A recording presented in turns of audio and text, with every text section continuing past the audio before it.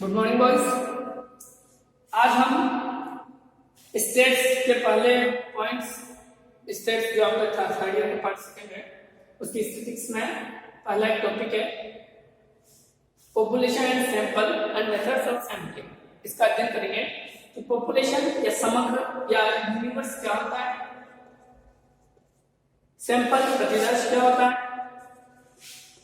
और methods of sampling यानी प्रतिचयन की विधियां क्या है, इस चीज का अध्ययन करेंगे। चलिए हम सबसे पहले समझते हैं समग्र समष्टि क्या होता है। समग्र समष्टि विभिन्न शोधकर्ता होते हैं, रिसर्चर होते हैं जो रिसर्च के लिए क्षेत्र को सीमित करते हैं कि वो क्षेत्र उसके लिए अनुसंधान क्षेत्र कहलाता है जिसमें हम विभिन्न प्रकार की इकाइयों का अध्ययन करते हैं। तो समग्र समष्टि क्या होता है, अनुसंधान क्षेत्र की सभी इकाइयां है ना, अनुसंधान क्षेत्र की सभी इकाइयों का समूह जिनकी कुछ सामान्य विशेषता है उसे हम क्या कहते हैं, समग्र या समष्टि। किसी अनुसंधान क्षेत्र की किसी अनुसंधान क्षेत्र की सभी इकाइयों के समूह जिनमें कुछ सामान्य विशेषताएं हो। जैसे एग्जाम्पल के लिए देखें तो महाविद्यालय के विद्यार्थियों पर शोध कर रहे हैं, महाविद्यालय के विद्यार्थियों पर शोध कर रहे हैं, महाविद्यालय में पढ़ने वाले समस्त बच्चे 500 ही विद्यार्थी जितने हैं वो सभी का समूह क्या कहलाएगा, समग्र या समष्टि।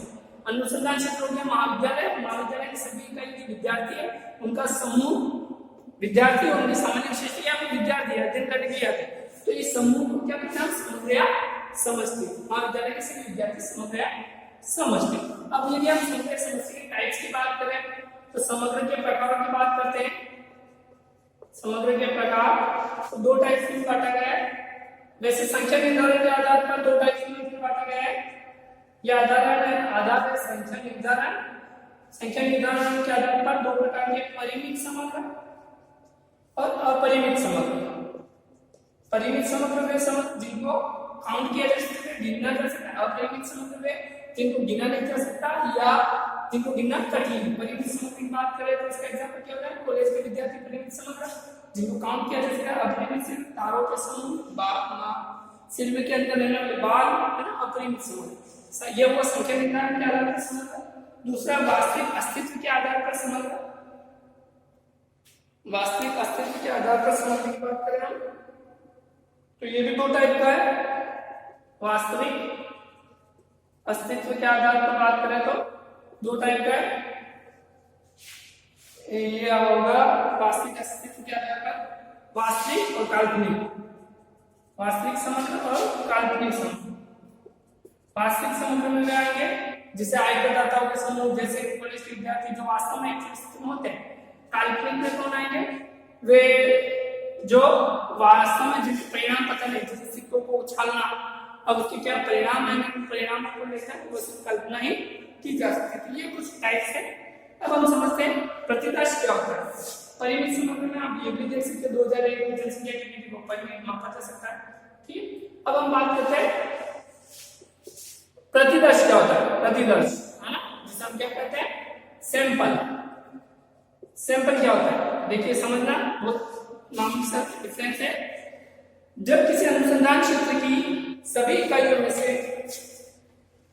जब किसी अनुसंधान क्षेत्र की सभी इकाइयों में से जब किसी अनुसंधान क्षेत्र की सभी इकाइयों में से किसी आधार पर कुछ प्रतिनिधि इकाइयां चुन ली जाती हैं, किसी आधार पर कुछ प्रतिनिधि इकाइयां चुन ली जाती है तो उन चुनी हुई इकाइयों को हम क्या कहते हैं, तो उन चुनी इकाइयों को हम प्रतिदर्श कहते हैं। तो चुनी हुई इकाइयों को हम प्रतिदर्श कहते हैं। समझेगा इसको, बिल्कुल बारीक से ध्यान रखना। सिंपल क्या होता है, जैसे कि स्पष्ट है, जब किसी अनुसंधान क्षेत्र की सभी इकाइयों में से अर्थात समग्र में से किसी आधार पर कुछ प्रतिनिधि इकाइयां चुनी, कोई आधार बनाते हैं, किसी मापदंड के आधार पर कुछ प्रतिनिधि इकाइयों को चुना जाता है, तो उन चुनी हुई इकाइयों को क्या कहते हैं, प्रतिदर्श या सैंपल। जैसे कि चावल है, चावल पकाते हैं, क्या हम चावल पके या नहीं पके, इसके लिए समस्त चावलों को निकाल कर उनको दबाते हैं या उनमें से प्रतिदर्श लेते हैं, सैंपल लेते हैं कि कुछ चावल ये ओके ये सही है, मतलब समग्र चावल पक गए हैं। तो जो चुने हुए या निकाले हुए चावल है वो क्या कहलाएंगे, प्रतिदर्श या सैंपल। महाविद्यालय के विद्यार्थी है 500 विद्यार्थी के महाविद्यालय में अध्यापन और उनकी लंबाई, इन चीजों का अगर तुलना करनी है, इनकी गणना करनी है, तो हम सैंपल प्रत्येक क्लास से कोई भी आधार लेंगे, प्रत्येक क्लास से कुछ विद्यार्थी चुन लेंगे या फिर किसी आधार को लेकर कुछ विद्यार्थियों का चुनाव कर लिया जाता है और विद्यार्थियों पर अध्ययन किया जाता है, और उन विद्यार्थियों के अध्ययन से जो परिणाम निष्कर्ष निकलते हैं वह सब हम क्या मानते हैं कि समग्र के परिणाम भी वही होंगे। समग्र के परिणाम भी क्या होंगे, वही होंगे। समझिए इसको, जैसे कि ये महाविद्यालय के विभिन्न विद्यार्थी, अब ये तो हो गए क्या हो गया, समग्र। अब इन महाविद्यालय में किसी आधार पर हमने एक इसको ले लिया, एक इसको ले लिया, एक इसको ले लिया, एक इसको ले लिया, और इस प्रकार से कुछ विद्यार्थियों का चुनाव कर लिया। अब ये तो क्या हो गया, प्रतिदर्श, और ये विद्यार्थी लेकर महाविद्यालय के विद्यार्थी क्या हो गए, समग्र। समग्र में से कुछ प्रतिनिधि इकाइयों को चुना जाना, इन इकाइयों को क्या कहा जाता है, प्रतिदर्श। ऐसे क्यों किया जाता है, इनका क्या महत्व है, इनको हम आगे पढ़ेंगे कि प्रतिदर्श लेने का क्या कारण है, क्या प्रक्रिया करके प्रतिदर्शों का चुनाव किया जाता है। सामान्य सी बात है, एक छोटे से उदाहरण से आप समझ रहे हैं कि हम समस्त चावलों को दबाकर नहीं देखेंगे कि वो पक रहा है, कुछ सैंपल लेंगे, अर्थात वो समग्र का प्रतिनिधित्व करते हैं। ये जो सैंपल या प्रतिदर्श है वो क्या करते हैं, समग्र के लिए निर्णय देते हैं, है ना, समग्र के लिए निर्णय देने की क्षमता रखते हैं, इस वजह से प्रतिदर्श चुने जाते हैं। ये हुआ आपका सैंपल और प्रतिदर्श। अगला हमारे से संगणना अनुसंधान, है ना, ये पढ़ रहे हैं, तो इसके बीच में दो तरह से पढ़ते हैं।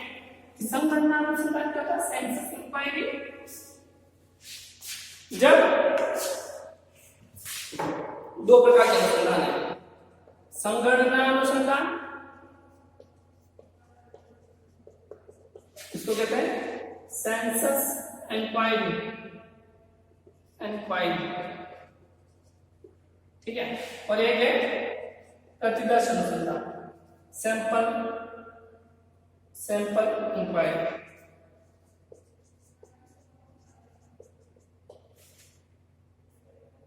ठीक है, इसको समझते हैं। संगणना अनुसंधान क्या होता है, इसके अंतर्गत किसी समस्या से संबंधित पूरे समूह या समूह, इसके अंतर्गत किसी समस्या से संबंधित पूरे समूह या समग्र की प्रत्येक व्यक्तिगत इकाई का, समग्र की प्रत्येक व्यक्तिगत इकाई का गहन एवं विस्तृत अध्ययन किया जाता है। क्या किया जाता है, प्रत्येक इकाई का विस्तार पूर्वक अध्ययन किया जाता है, अध्ययन किया जाता है। ठीक है, इसका अर्थ क्या है, समग्र की प्रत्येक इकाई, महाविद्यालय के सभी विद्यार्थियों के एक विद्यार्थियों का विस्तृत अध्ययन किया जाए, विस्तारपूर्वक अध्ययन किया जाता है, उसे क्या कहते हैं, संगणना अनुसंधान या सेंसस इंक्वायरी। इसका अगर एग्जाम्पल की बात की जाए तो भारत की जनगणना, है ना, प्रत्येक देश के सभी व्यक्तियों का एक व्यक्ति का डाटा लिया जाता है, तो भारत की जनगणना में संगणना सेंसस इंक्वायरी अनुसंधान। दूसरा प्रतिदर्श अनुसंधान। अब बात है कि संगणना अनुसंधान क्यों अपनाते हैं, किन स्थितियों में ये अपनाया जाता है, किन स्थितियों में ये अपनाया जाता है, तो हम संगणना अनुसंधान के गुण और दोष भी देख लेते हैं। गुणों की बात की जाए तो क्या अच्छी चीज निकल कर आती है? अधिक विश्वसनीय है, अधिक विश्वसनीय, क्योंकि एक एक व्यक्ति का समग्र का एक एक व्यक्ति का अध्ययन किया जाता है, अधिक विश्वसनीय, विस्तृत सूचना मिल जाती है इससे, है ना? एक एक व्यक्ति पर विस्तृत सूचना। तीसरा गुण है जो है इसको ना सीमित क्षेत्र पर प्रयोग करना चाहिए, तभी सार्थक है। अगर क्षेत्र काफी बड़ा है तो उन स्थितियों में संगणना अनुसंधान काफी खर्चीली सिद्ध हो सकती है, तो सीमित क्षेत्र के लिए उपयोगी है। अगली विशेषता की बात करें तो अब अगर इसकी हानियों की बात की जाए तो सबसे बड़ी हानि क्या है? अधिक श्रम लगता है, अधिक श्रम, अधिक समय, अधिक खर्च व्यय, ये सब इसकी प्रमुख बुराइयां है ना? ये प्रमुख बुराई है कि और अनेक परिस्थितियों में असंभव है। उसके बाद अनेक परिस्थितियों में असंभव है, वहां नहीं पहुंचे जाएगा केवल असंभव। जैसे कि हम देख लेते हैं चावल की बात करें तो सभी चावलों को हम दबा के नहीं देख सकते हैं, हमें कुछ सैंपल ही लेकर काम करना पड़ेगा, तो वो स्थिति बनती है। तो यही इसके कुछ प्रमुख गुण और दोष है। अब हम आते हैं सैंपल इंक्वायरी पर। प्रतिदर्श अनुसंधान क्या होता है तो देखिए इसमें, इसके अंतर्गत समग्र में से, इसके अंतर्गत समग्र में से, इसके अंतर्गत समग्र में से किसी आधार पर कुछ प्रतिनिधि इकाइयां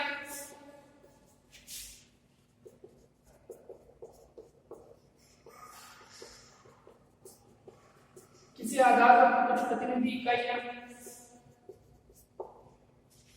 किसी आधार पर कुछ प्रतिनिधि इकाइयां चुन ली जाती है। उन चुनी हुई इकाइयों चुन ली जाती है और उन चुनी हुई इकाइयों और उन चुनी हुई इकाइयों का विस्तृत का गहन, उन चुनी हुई इकाइयों के गहन अध्ययन का कार्य किया जाता है, विस्तृत अध्ययन किया जाता है, गहन अध्ययन का कार्य किया जाता है ना? इसमें समग्र की सभी इकाइयों का व्यक्तिगत किया जाता है और इसमें समग्र में से कुछ आधार लेकर किसी आधार पर कुछ प्रतिनिधि इकाइयां चुनते हैं और उसका गहन अध्ययन किया जाता है। इसके गुण दोष की चर्चा करें तो वही बात, गुण ये है इसमें श्रम कम लगेगा, समय कम लगेगा, व्यय कम होगा और अनेक परिस्थितियों के लिए यही उचित है, जैसे कि हमने चावल का एग्जाम्पल दिया। अगर दोष की बात करें तो इसमें समग्र संगणना अनुसंधान के मुकाबले विश्वसनीयता थोड़ी कम होगी और ये इसकी प्रमुख बड़ी असीमित, विस्तृत क्षेत्र के लिए काफी उपयोगी है।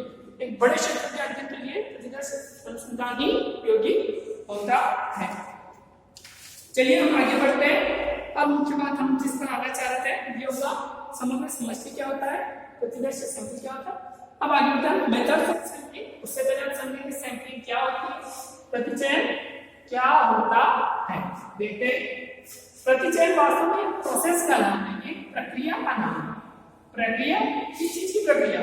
समग्र में से प्रतिदर्श निकालने की जो प्रक्रिया है उसे हम क्या कहते हैं?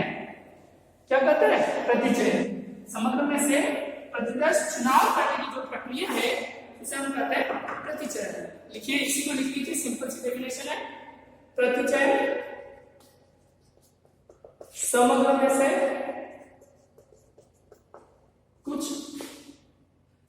से कुछ प्रतिदर्श चुनने की प्रक्रिया को कहते हैं। ठीक है ना? समग्र है, उस समग्र में से कुछ प्रतिदर्श चुनने की जो प्रोसेस है, ये समग्र आपका, इस समग्र में से ये कुछ प्रतिदर्श चुनने की जो प्रोसेस प्रक्रिया अपनाई गई, इस प्रक्रिया का नाम क्या है?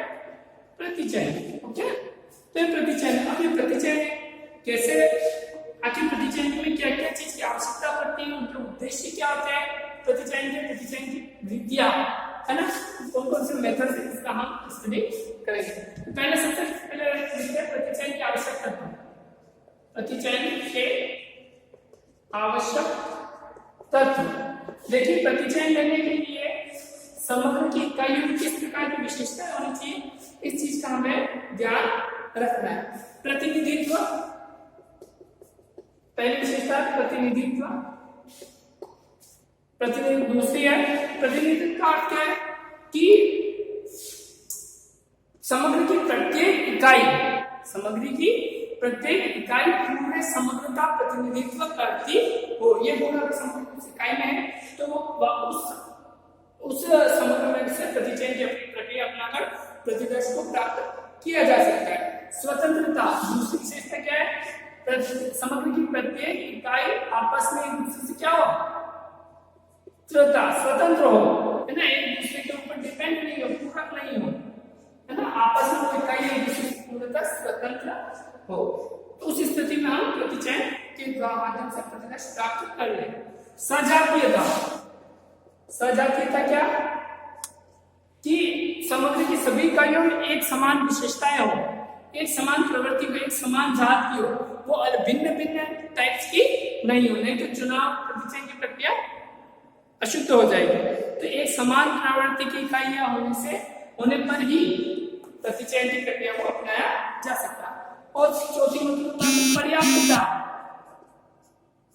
ये नहीं हो जो प्रतिचयन के माध्यम से जब हम प्रतिदर्श निकालते हैं पर्याप्त मात्रा में प्रतिदर्श हो, ये नहीं हो कि 500 बच्चों के अध्ययन के लिए हम 2 प्रतिदर्श चुनाव कर ले, तो वह परिणाम जो होंगे प्रतिचयन के माध्यम से प्रतिदर्श से निकाले गए परिणाम होंगे वो गलत होंगे, निष्कर्ष भ्रमात्मक होंगे, है ना। इसलिए प्रतिदर्श की मात्रा पर्याप्त हो। 500 बच्चों को मैंने का एनालिसिस करना है तो प्रतिदर्श को कम से कम आपको 50 इकाइयां तो लेकर चले, 5 से 10% प्रतिदर्श तो होना ही चाहिए। प्रतिदर्श की पर्याप्तता, ठीक है। ये 4 आवश्यक तत्व होते हैं प्रतिचयन के। नेक्स्ट है प्रतिचयन के उद्देश्य, कि हम प्रतिचयन की प्रक्रिया और प्रतिदर्श क्यों निकालते हैं, प्रतिचयन के उद्देश्य क्या, उद्देश्य क्यों करते हैं हम, तो चर्चा करते हैं प्रतिचयन के उद्देश्य की। तो पहला लिखो, समग्र के संबंध में सूचना प्राप्त करना, समग्र के संबंध में सूचना प्राप्त करना। समग्र के संबंध में सूचना प्राप्त करना अर्थात समग्र के जो परिणाम है, समग्र के जो निष्कर्ष है ना, वो किस प्रकार आएंगे, तो समग्र की क्या प्रवृत्ति है, उन प्रवृत्तियों की सूचना हम किससे मिल जाती है, उनके प्रतिदर्श से मिल जाती है। प्रतिचयन की प्रक्रिया हम लोग प्रतिदर्श बताते हैं, प्रतिदर्श की प्रवृत्तियों का विश्लेषण कर समग्र के संदर्भ में सूचना प्राप्त करते हैं। नेक्स्ट है समग्र के स्थिरांकों का अनुमान लगाना, समग्र के स्थिरांकों का अनुमान लगाना, समग्र के स्थिरांकों का अनुमान लगाना। स्थिरांक क्या, पैरामीटर्स, पैरामीटर्स क्या होता है, पहले समझना पैरामीटर्स क्या होता है, उनको समझेंगे। यहाँ एक टर्म लिखो, यहाँ पैरामीटर्स स्थिरांक क्या होते हैं, प्रतिदर्श इकाइयों के सांख्यिकीय मापों को, प्रतिदर्श इकाइयों के सांख्यिकीय मापों को प्रतिदर्श कहते हैं, प्रतिदर्श कहते हैं। प्रतिदर्श इकाइयों के सांख्यिकीय मापों को प्रतिदर्श कहते हैं। और तत्संबंधी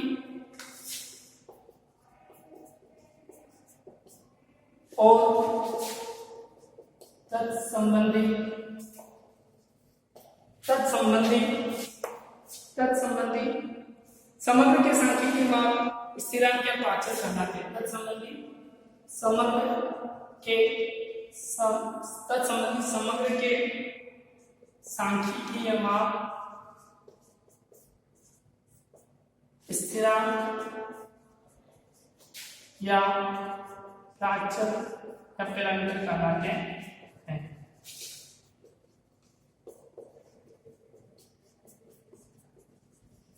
ठीक है, इसको समझना कि समग्र के स्थिरांकों का अनुमान लगाना, पैरामीटर्स का अनुमान लगाना वो कैसे कराया जाता है। समग्र में सब कुछ प्रतिदर्श इकाइयां निकलती, प्रतिदर्श इकाइयों पर एनालाइज करके विश्लेषित करके सांख्यिकीय माप उस प्रतिदर्श इकाई प्रतिदर्शक स्टैटिस्टिक निकाले जाते हैं और स्टैटिस्टिक्स के माध्यम से समग्र के लिए एक सर्वोत्तम सांख्यिकीय माप तैयार किया जाता है, उसे स्थिरांक के प्राचल कहते हैं। तो समग्र के स्थिरांकों का अनुमान लगाने के लिए भी यह प्रयुक्त होती है।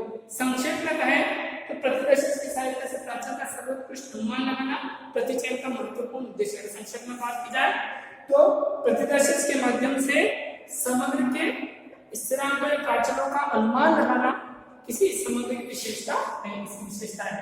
थर्ड उद्देश्य की बात करें, विश्वसनीयता की जांच करना। विश्वसनीयता